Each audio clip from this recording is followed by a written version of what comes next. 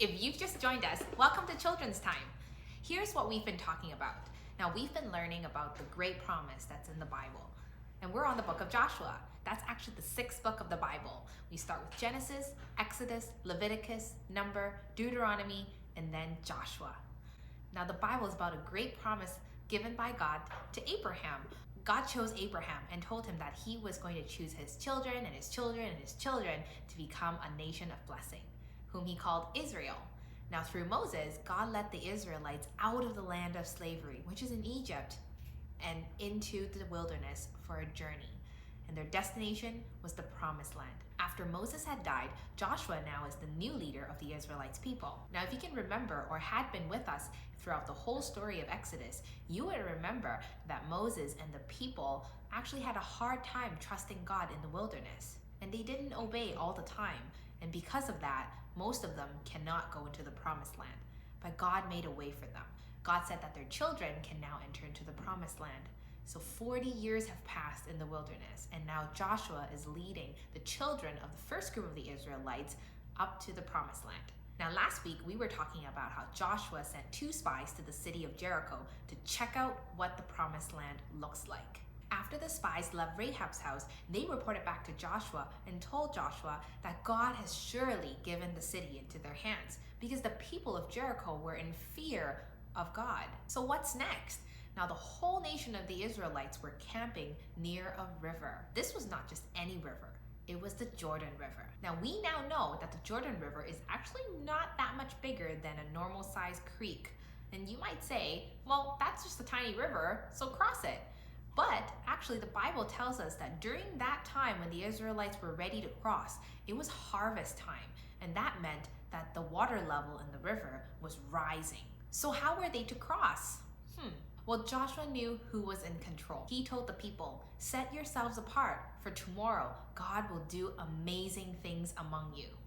So the people camped there for 3 days. Now, there's something special about this story. Remember the Ark of the Covenant?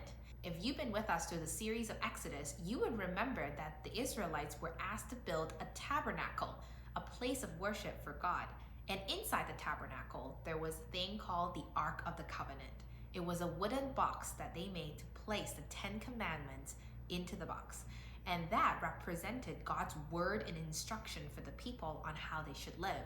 Now, the tabernacle was a tent that was set up for a place of worship, but the tent is also portable. So that meant whenever the Israelites were on the move and they settled into the places of wilderness, and that there they could set up the tabernacle. So what does this have to do with the crossing?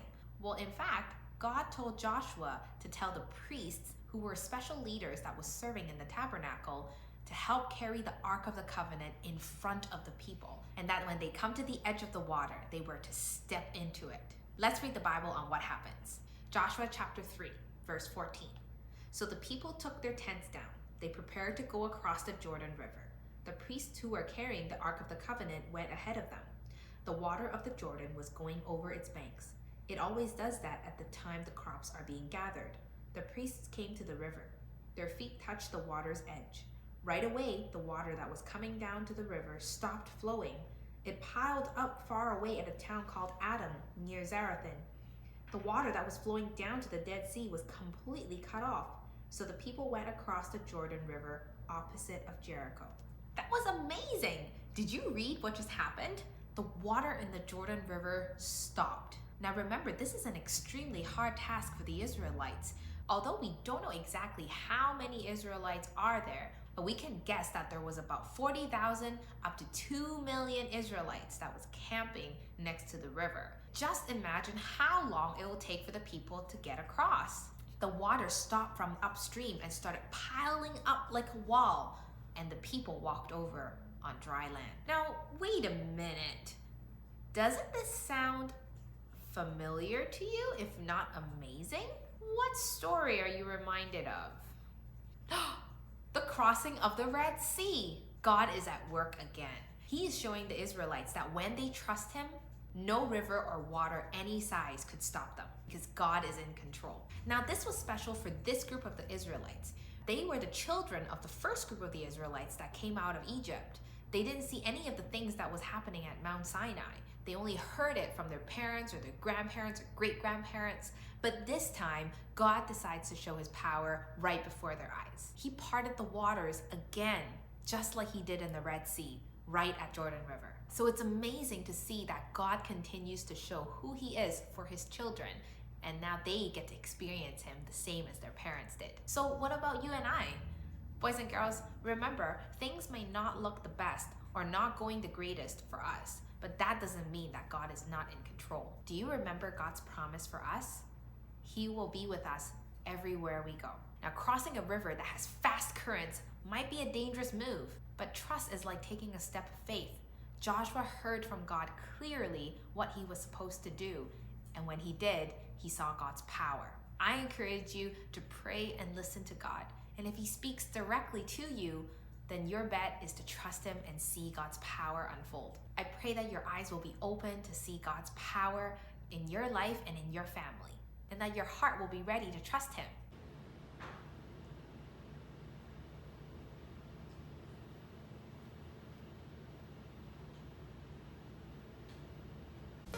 It's question time on the book of Joshua. What was the name of the river that the Israelite had to cross? The Nile River, the Jordan River, or the Fraser River?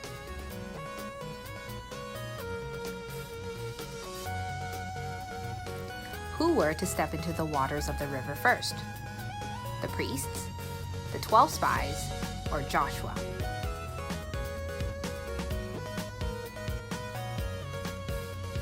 What was the Ark of the Covenant? A red rope, a wooden box with the 10 Commandments tablets, a stone.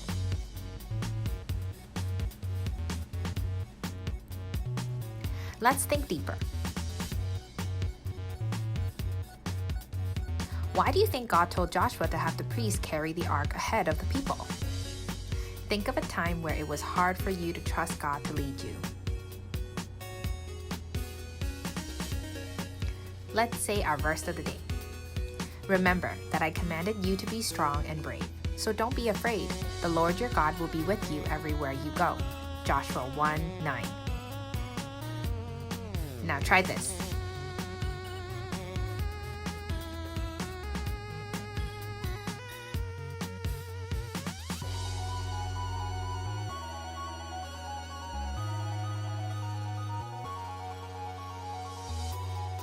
Thanks for joining me this week, and I'll see you